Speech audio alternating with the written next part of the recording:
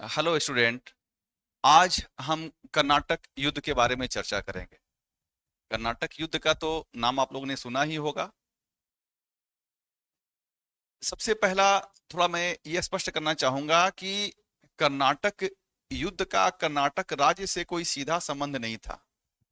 वस्तुतः यह युद्ध दक्षिण भारत में अंग्रेजों और फ्रांसीसियों के बीच राजनीतिक प्रतिस्पर्धा का ही परिणाम था। तो फिर इसका नाम कर्नाटक युद्ध क्यों पड़ा? वस्तुतः क्योंकि यह युद्ध कर्नाटक क्षेत्र के अंतर्गत लड़ा गया था, इसीलिए इसे कर्नाटक युद्ध कहा जाता है। अब एक सवाल आपके मन में और आ सकता है कि कर्नाटक जो इस समय के नक्शे में आप देखते हैं, तो वह क्षेत्र तो ये था नहीं। तो वर्तमान में जो कर्नाटक राज्य का जो नक्शा है, कर्नाटक राज्य की जो सीमाएं हैं, ये कन्नड़ भाषी लोगों के आधार पर इस क्षेत्र का सीमा बना हुआ है। लेकिन जिस समय की बात हम कर रहे हैं, उस समय यह भारत के दक्षिण पूर्वी तट का क्षेत्र था। इस क्षेत्र में मद्रास भी आता था, इस क्षेत्र में पांडिचेरी भी आता था, और विजयनगर साम्राज्य के पतन के पश्चात यह क्षेत्र बीजापुर राज्य के अंतर्गत पड़ता था। ठीक। तो कर्नाटक युद्ध इसको इसलिए कहा जाता है कि कर्नाटक के भूमि क्षेत्र पर यह युद्ध लड़ा गया। इस युद्ध में 3 लड़ाइयां लड़ी गईं और यह युद्ध अंततः अंग्रेजों के पक्ष में चला गया। अब हम एक क्रम से देखें कि कर्नाटक युद्ध कैसे आगे बढ़ता है, तो आप देखेंगे कि कर्नाटक युद्ध जो है,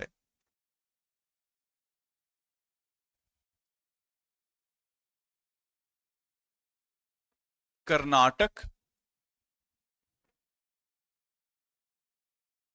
युद्ध 3 चरणों में लड़ा गया।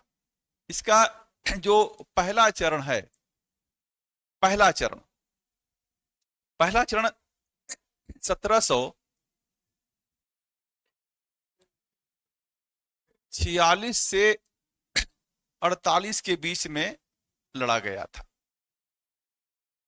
इस पहले चरण के हम कारण के रूप में देखें कि इसका कारण क्या था, तो यहां फिर आश्चर्यजनक रूप से इसका कारण जो था वह भारत में नहीं था, इसका कारण यूरोप में था।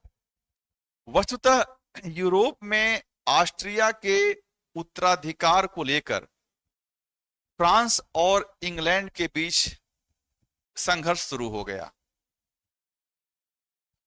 और फ्रांस और इंग्लैंड की सेनाएं आपस में युद्धरत हो गईं। तो यूरोप के इस युद्ध का प्रभाव भारत में भी पड़ा, और भारत में भी फ्रांसीसी ईस्ट इंडिया कंपनी और ब्रिटिश ईस्ट इंडिया कंपनी आपस में लड़ने लगी। भारत में यदि देखें तो उकसावे की कार्रवाई अंग्रेजों ने ही किया था। सर्वप्रथम अंग्रेजों ने ही कुछ फ्रांसीसी जहाजों पर हमला किया था।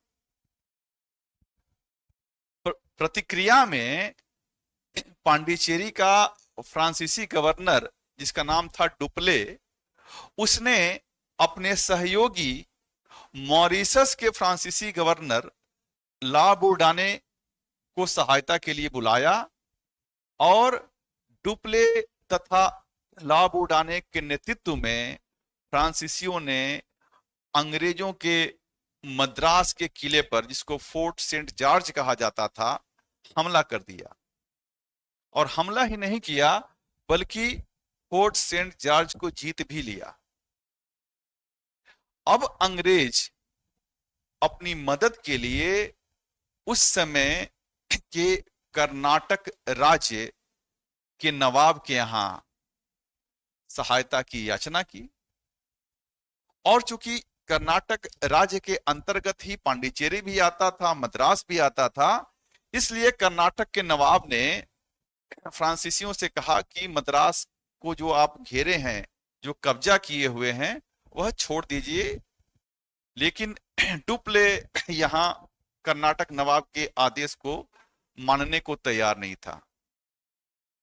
तो ये लड़ाई तो अंग्रेजों और फ्रांसीसियों के बीच में शुरू हुई थी, लेकिन इस लड़ाई के एक भाग के रूप में कर्नाटक नवाब और फ्रांसीसियों के बीच भी लड़ाई हुई थी, जो कि लड़ाई बहुत महत्वपूर्ण थी। उस लड़ाई को कहते हैं, देखिए कारण में पहले उल्लेख कर दें कि ऑस्ट्रिया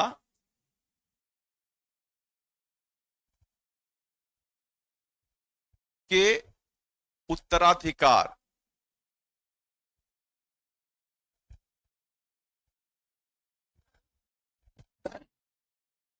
का मामला। अब देखिए मामला ये ऑस्ट्रिया के उत्तराधिकार का है और लड़ाई भारत में हो रही है। ठीक, तो इस लड़ाई में जब फ्रांसीसियों ने मद्रास को घेर लिया, उसको कब्जे में कर लिया, अंग्रेज मद्रास के नवाब से सहायता मांगे। मद्रास के नवाब ने फ्रांसीसियों से कहा, कर्नाटक के नवाब ने फ्रांसीसियों से कहा कि आप मद्रास को छोड़ दीजिए। डुप्ले उस आदेश को नहीं माना, तो कर्नाटक नवाब और फ्रांसीसियों के बीच में एक लड़ाई हुई। उस लड़ाई को कहते हैं सेंट थोमे की लड़ाई। सेंट थोमे की लड़ाई, ठीक, सेंट थोमे की लड़ाई। सेंट थोमे कहां है? सेंट थोमे मद्रास के पास में ही है। सेंट थोमे की जो बस्ती थी, उस बस्ती को बसाने का श्रेय पुर्तगालियों का है। पुर्तगाली ही इस क्षेत्र में सबसे पहले गए और सेंट थोमे नामक बस्ती को बसाए। ठीक, तो सेंट थोमे की लड़ाई हुई थी। और यह लड़ाई के बारे में अगर पूछे कि ये सेंट थोमे की लड़ाई कहां हुई थी, किस जगह पे हुई थी, तो अड्यार नदी है वहां पे, अड्यार। इसी अड्यार नदी के किनारे यह लड़ाई लड़ी गई थी। इसमें दो पक्ष थे। एक पक्ष था कर्नाटक, एक पक्ष था कर्नाटक और दूसरा पक्ष था फ्रांसीसी। कर्नाटक की तरफ से महफूज खान, महफूज खान लड़ाई लड़ रहा था। ठीक, इसके पास 10,000 सैनिक थे।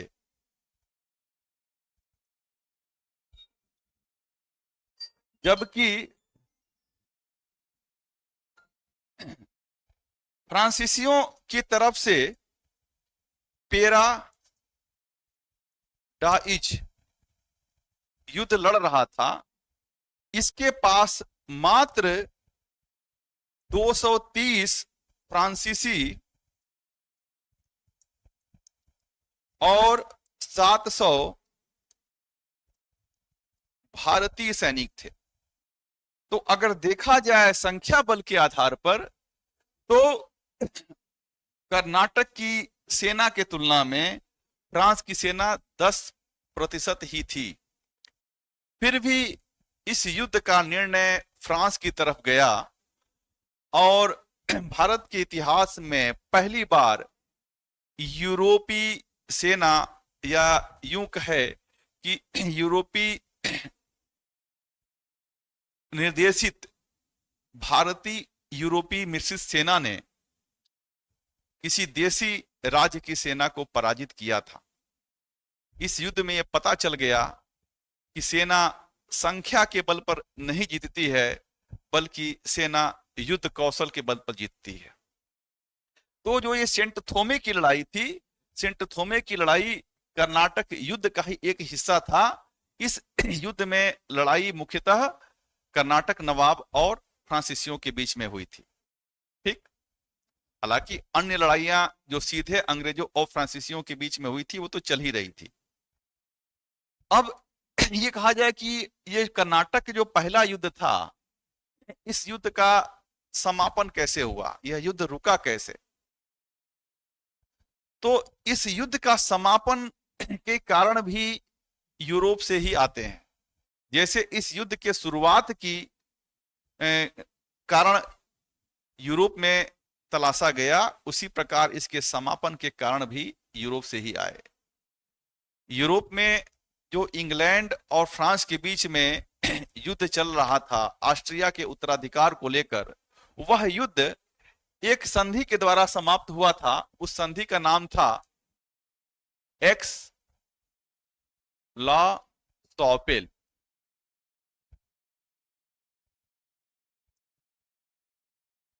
एक्स लॉ सॉपेल की संधि, एक्स लॉ सॉपेल की संधि जो है वो 1748 1784 में हुई थी, और इस संधि के द्वारा प्रथम कर्नाटक युद्ध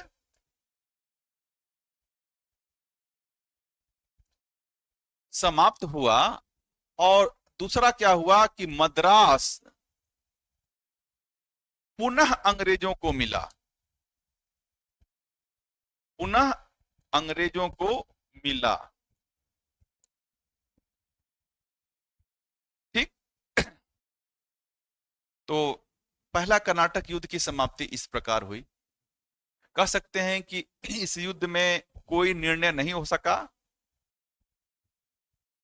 दोनों पक्षों ने एक दूसरे के जीते हुए क्षेत्र एक दूसरे को लौटा दिए, कोई इसका निर्णय न हो सका, एक तरह से अनिर्णायक रहा पहला कर्नाटक युद्ध। इसके बाद कुछ समय तक शांति बनी रही,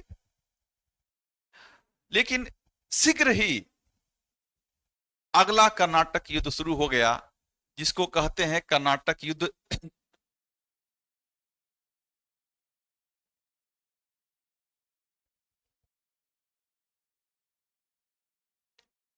कर्नाटक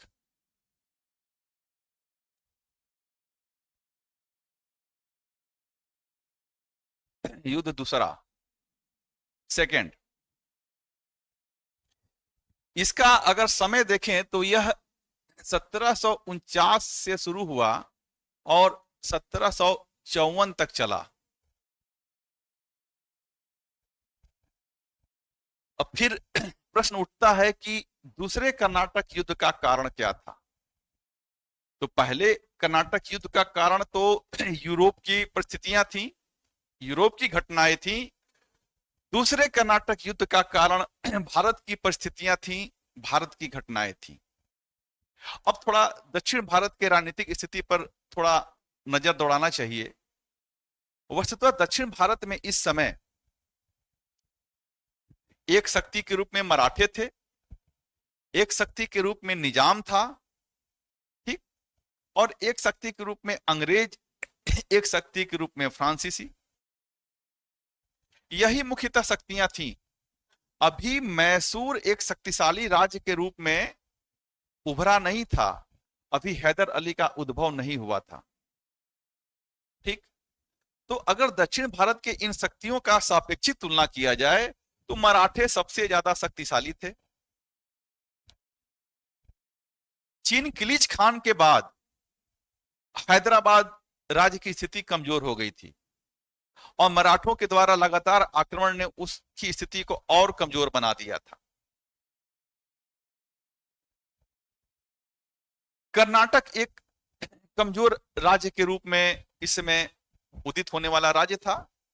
यहां यह स्पष्ट कर दिया जाए कि औरंगजेब के द्वारा जब दक्षिण भारत में गोलकुंडा और बीजापुर का विजय किया गया, तो बीजापुर वाले क्षेत्र का ही कुछ भाग काटकर उसने कर्नाटक का एक छोटा सा कह सकते हैं कि जागीर या छोटा सा स्टेट बनाया।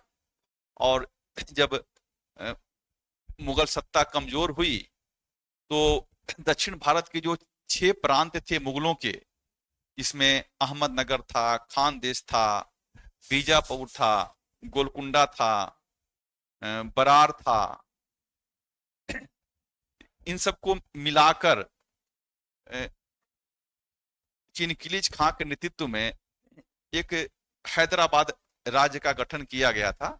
लेकिन उनके कमजोर होते ही यह राज्य भी अपने आप टूटन के कगार पे आ गया था।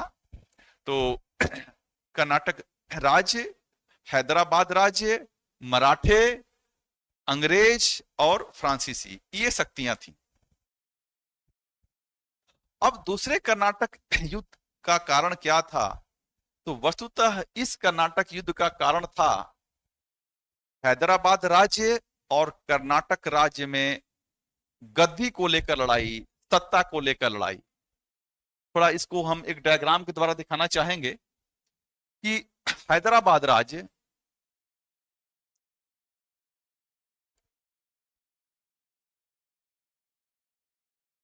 में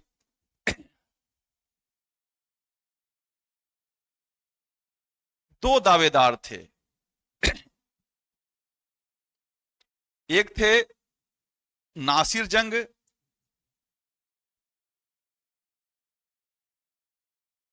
एक थे मुजफ्फर जंग।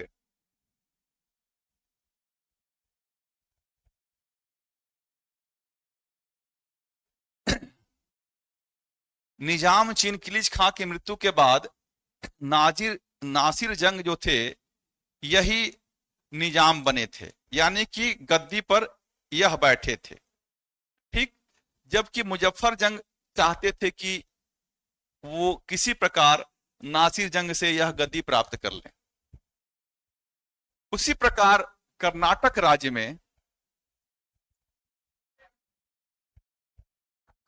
राज्य में भी गद्दी के दो दावेदार थे।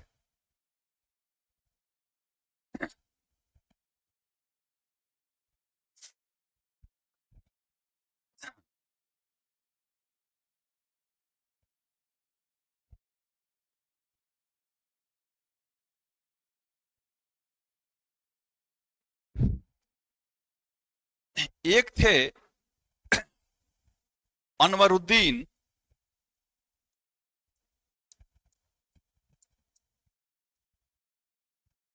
और एक थे चंदा साहेब।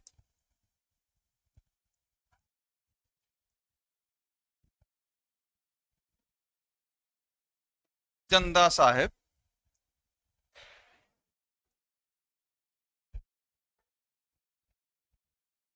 अनवरुद्दीन और चंदा साहेब। अनवरुद्दीन जो थे वह तो नवाब थे, यानी कि गद्दी पर यही बैठे थे। ठीक, चंदा साहब चाहते थे कि गद्दी वह प्राप्त कर लें। अब इस सत्ता संघर्ष में अंग्रेजों और फ्रांसीसियों दोनों ने अपने राजनीतिक हित तलाशना शुरू किया और इसकी पहल फ्रांसीसियों की तरफ से हुई। सर्वप्रथम डुप्ले ने, फ्रांसीसी गवर्नर डुप्ले ने हैदराबाद में मुजफ्फर जंग से और कर्नाटक में चंदा साहब से, ठीक ना, हैदराबाद में मुजफ्फर जंग से और कर्नाटक में चंदा साहब से, चंदा साहब ही का नाम है, थोड़ा स्पष्ट नहीं हो पा रहा है, चंदा साहब से समझौता कर लिया। ठीक, फ्रांसीसी डुप्ले है, इसने हैदराबाद में मुजफ्फर जंग से और कर्नाटक में चंदा साहब से समझौता कर लिया कि हम आपको सत्ता दिलाएंगे। अब यह स्वाभाविक था कि अंग्रेज दूसरे पक्ष से जाके मिले। अंग्रेजों के लिए यह अनुकूल था कि उसके जो साथी थे वो सत्तासीन थे, वो गद्दी पर बैठे हुए थे। तो अंग्रेजों ने हैदराबाद में नासिर जंग का और कर्नाटक में अनवरुद्दीन का साथ दिया। ठीक, परिस्थितियां युद्ध की तरफ जाने लगी और शीघ्र ही कर्नाटक राज्य के गद्दी के मसले पर एक युद्ध हुआ जिसका नाम था अंबूर का युद्ध।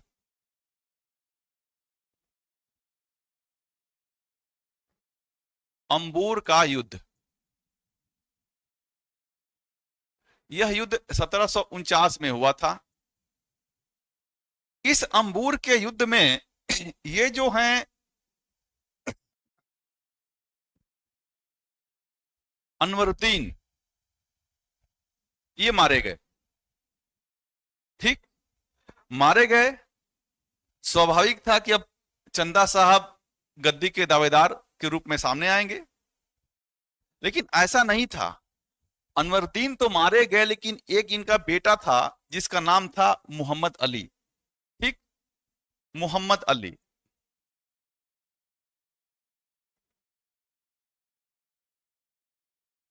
यह मोहम्मद अली अभी बचा था और इसने त्रिचनापल्ली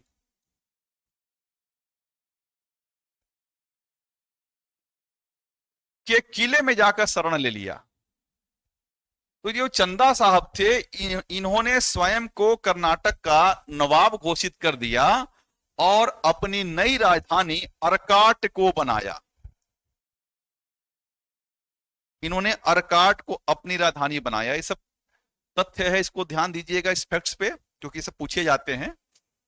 अंबूर के युद्ध में जब अनवरदीन मारे गए तो चंदा साहब ने अपने आप को कर्नाटक का नवाब घोषित कर दिया और अर्काट को अपनी राजधानी बनाया। लेकिन चंदा साहब के मन में यह बात थी कि अनवरदीन का बेटा अभी जीवित है जो कर्नाटक का दावेदारी करेगा।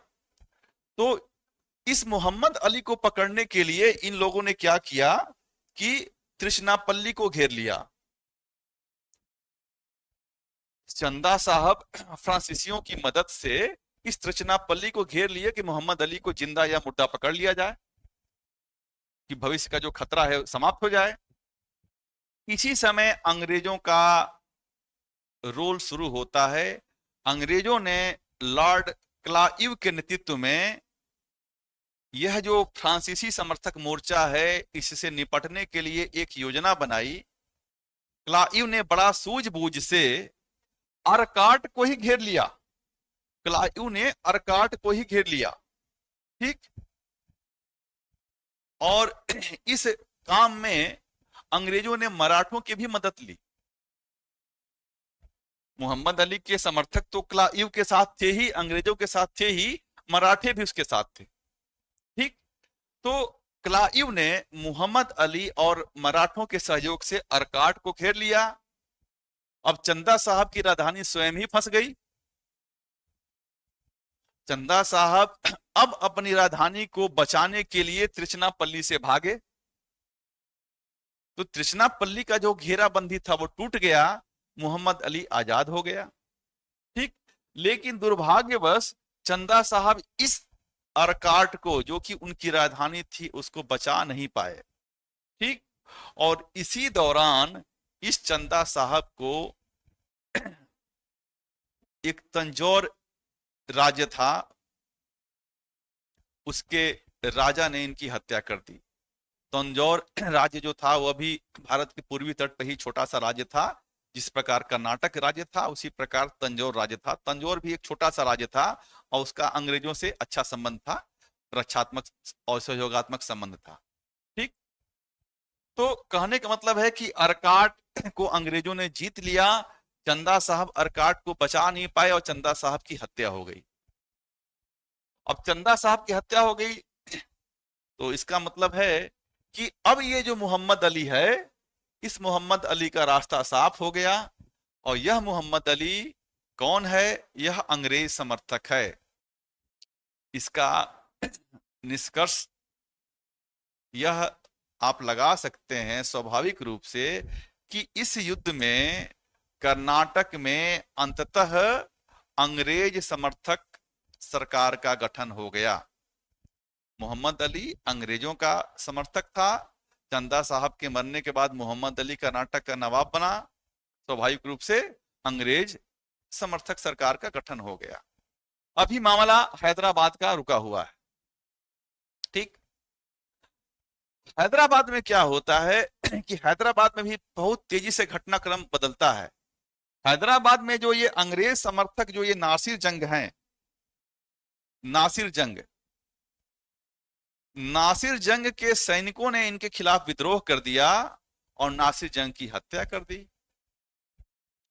तो हैदराबाद में तो बिना लड़े ही फ्रांसीसी जीत गए, क्योंकि जो अंग्रेज समर्थक नासिर जंग थे ये मर गए, तो बचे मुजफ्फर जंग। तो मुजफ्फर जंग क्या हो गए? हैदराबाद के निजाम बन गए। और मुजफ्फर जंग अपने इस उपलब्धि के लिए फ्रांसीसियों को पुरस्कार के रूप में कृष्णा नदी से लेकर और कन्याकुमारी तक का जो क्षेत्र है, जो मुगल क्षेत्र रहा था, उसका डुप्ले को ऑनरेरी मजिस्ट्रेट का दर्जा देते हैं, पदवी देते हैं और ढेर सारा क्षेत्र तथा धन फ्रांसीसियों को देते हैं। आगे मुजफ्फर जंग का भी निधन हो जाता है। तो मुजफ्फर जंग के निधन के बाद सलाबत जंग को डुप्ले ने हैदराबाद का निजाम बनवाया और बदले में सलाबत जंग ने फ्रांसीसियों को उत्तरी सरकार का क्षेत्र, जिसको वर्तमान में तटीय आंध्र प्रदेश कहा जाता है, तो उत्तरी सरकार का क्षेत्र प्रदान किया। तो इस प्रकार देखते हैं कि दूसरे कर्नाटक युद्ध की शुरुआत हुई थी हैदराबाद और कर्नाटक के गद्दी के संघर्ष को लेकर। इसका अंत कैसे हो रहा है? अंत हो रहा है कि कर्नाटक में ब्रिटिश समर्थक सरकार का गठन हो जा रहा है और हैदराबाद में फ्रांसीसी समर्थक सरकार का गठन हो जा रहा है। अर्थात यह युद्ध भी अनिर्णायक रहा, 50-50 का गेम हुआ इसमें। ठीक, इसी बीच कुछ वित्तीय और राजनीतिक कारणों से फ्रांसीसी सरकार ने भारत में जो फ्रांसीसी गवर्नर था डुप्ले, उसको वापस बुला लिया, क्योंकि फ्रांस की सरकार ऐसा महसूस कर रही थी कि डुप्ले के इन गतिविधियों से कंपनी का वित्तीय बोझ बढ़ता जा रहा है। ठीक, तो डुप्ले के बाद फ्रांस की सरकार ने एक व्यक्ति को फ्रांसीसी गवर्नर बना के भेजा। उसका नाम था गोडेहू।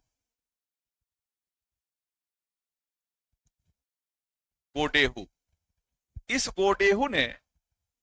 गोडेहू ने भारत आकर अंग्रेजों से पांडिचेरी की संधि की।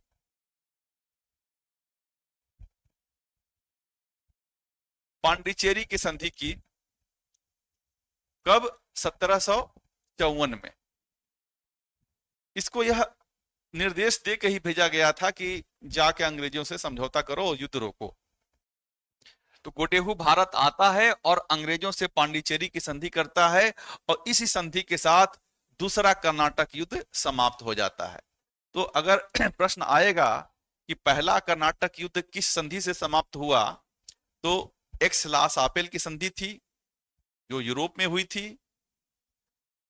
प्रश्न आएगा दूसरा कर्नाटक युद्ध किस संधि से समाप्त हुआ, तो वह पांडिचेरी की संधि थी जो 1754 में हुई थी। इसके बाद फिर कुछ दिनों तक अंग्रेजों और फ्रांसीसियों में युद्ध विराम रहा, शांति रहा, लेकिन यह शांति स्थायी सिद्ध नहीं हुआ। फिर एक तीसरा युद्ध शुरू हो गया जिसका अंत निर्णायक रहा, जिसका अंत अंग्रेजों के पक्ष में गया। तो वह तीसरा युद्ध क्या था? वह तीसरा युद्ध कर्नाटक युद्ध थर्ड। यह युद्ध 1756 से लेके 1763 तक चला। इसका कारण फिर यूरोप में चला। जैसे पहले युद्ध का कारण यूरोप से आया था, उसी प्रकार तीसरे युद्ध का कारण भी यूरोप से आया। यूरोप में वस्तुतः इस समय फ्रांस और इंग्लैंड के बीच एक सप्तवर्षीय युद्ध शुरू हुआ था। 7 साल वाला युद्ध शुरू हुआ था, जो युद्ध 7 साल तक चला था। तो सप्तवर्षीय युद्ध, यह युद्ध 1756 से लेके 1763 तक चला था। तो इसी युद्ध से प्रभावित होकर भारत में भी अंग्रेजों और फ्रांसीसियों के बीच में युद्ध चला। वह भी 1756 से लेके 1763 तक चला। लेकिन इस समय भारत की परिस्थितियां बदल चुकी थी। इस समय अंग्रेज के पक्ष में परिस्थितियां थीं और डुप्ले के भारत से जाने के बाद फ्रांसीसियों के कह सकते हैं कि भाग्य का भारत में अस्त हो चुका था। डुप्ले को अगर मौका मिलता तो हो सकता था भारत के इतिहास कुछ और होता। तो ये जो तीसरा कर्नाटक युद्ध है, इस युद्ध में जैसे ही इंग्लैंड में यूरोप में इंग्लैंड और फ्रांस के बीच में युद्ध शुरू हुआ, भारत में भी अंग्रेजों और फ्रांसीसियों के बीच में युद्ध शुरू हो गया। ठीक, इसमें एक निर्णायक लड़ाई हुई, जिस लड़ाई को कहते हैं वांडीवास की लड़ाई। वांडीवास की लड़ाई, यह लड़ाई 1760 में लड़ी गई थी। वांडीवास की लड़ाई में अंग्रेज जनरल आयरकूट ने फ्रांसीसी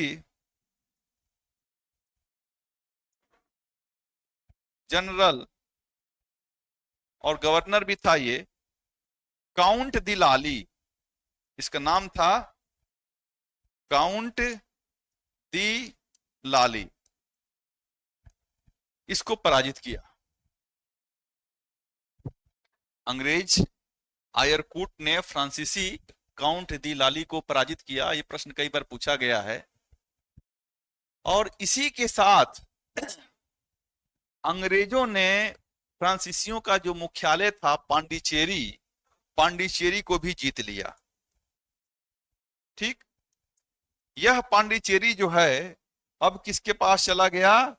यह पांडिचेरी अब चला गया अंग्रेजों के पास। उनका मुख्यालय, उनका हेडक्वार्टर, जहां फोर्ट लुई का निर्माण हुआ था, वह अंग्रेजों के पास चला गया। और यही नहीं चला गया, भारत में स्थित ज्यादातर फ्रांसीसी बस्तियां अंग्रेजों के कब्जे में चली गईं। यह तो कोरोमंडल तट का मामला है। बंगाल में भी चंद्रनगर, कासिम बाजार, आपकी बालासोर, ये सारे जो फ्रांसीसी बस्तियां थीं, सब पर अंग्रेजों ने कब्जा कर लिया। ठीक, तो कह सकते हैं कि ये तीसरा कर्नाटक युद्ध निर्णायक साबित हुआ। इसमें निर्णायक रूप से अंग्रेज जीते और फ्रांसीसी हार गए। फ्रांसीसी इस कदर हारे कि उनका अपना मुख्यालय भी उनके हाथ से चला गया। इसके बाद जब यूरोप में इंग्लैंड और फ्रांस के बीच में सप्तवर्षीय युद्ध समाप्त हुआ, तो भारत में भी दोनों कंपनियों के बीच में युद्ध समाप्त हुआ। तो ये सप्तवर्षीय युद्ध समाप्त कब हुआ था? तो समाप्त हुआ था पेरिस की संधि से। पेरिस की संधि इंग्लैंड और फ्रांस के बीच में 1763 में पेरिस की संधि हुई थी। इसी संधि का प्रभाव यह हुआ कि भारत में भी अंग्रेज फ्रांसीसी लड़ना छोड़ दिए और पांडिचेरी पुनः फ्रांसीसियों के पास चला गया। तो पांडिचेरी जो जगह है, इस पर भिन्न भिन्न कालखंडों में भिन्न भिन्न यूरोपीय शक्तियों का कब्जा रहा। इस पर पुर्तगाली का भी कब्जा रहा, इस पर डचों का भी कब्जा रहा, इस पर डेनमार्क वालों का भी कब्जा रहा। और अंत में इस पर संघर्ष को लेकर अंग्रेजों और फ्रांसीसियों के बीच लड़ाई हुई। अंग्रेजों ने इसको जीत लिया, लेकिन पेरिस की संधि के द्वारा पांडिचेरी द्वारा फ्रांसीसियों के पास आ गया। फ्रांसीसियों ने यह स्वीकार किया कि आगे से वह कोई युद्धक और राजनीतिक क्रियाकलाप में शामिल नहीं होंगे। वे विशुद्ध रूप से भारत में व्यापारी बन के रहेंगे। और कुछ क्षेत्र फ्रांसीसियों को लौटा दिए गए, जिसमें पांडिचेरी था, जिसमें यनम था, जिसमें करिकाल था और जिसमें माहे था। और ये क्षेत्र 1954 तक फ्रांसीसियों के पास रहे।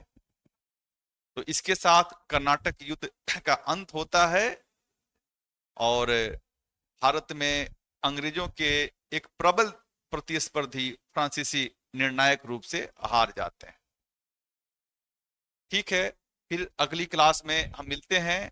लेकिन जिस गति से इस चैनल को आप लोग को आगे बढ़ाना चाहिए, आप लोग लग रहा है आगे नहीं बढ़ा पा रहे हैं। आप लोग इसको ज्यादा से ज्यादा शेयर करिए, सब्सक्राइब करिए, लाइक करिए, ताकि इस चैनल का सहयोग और समर्थन आपका भी मिले और ये चैनल सार्थक दिशा में आगे बढ़ सके। धन्यवाद।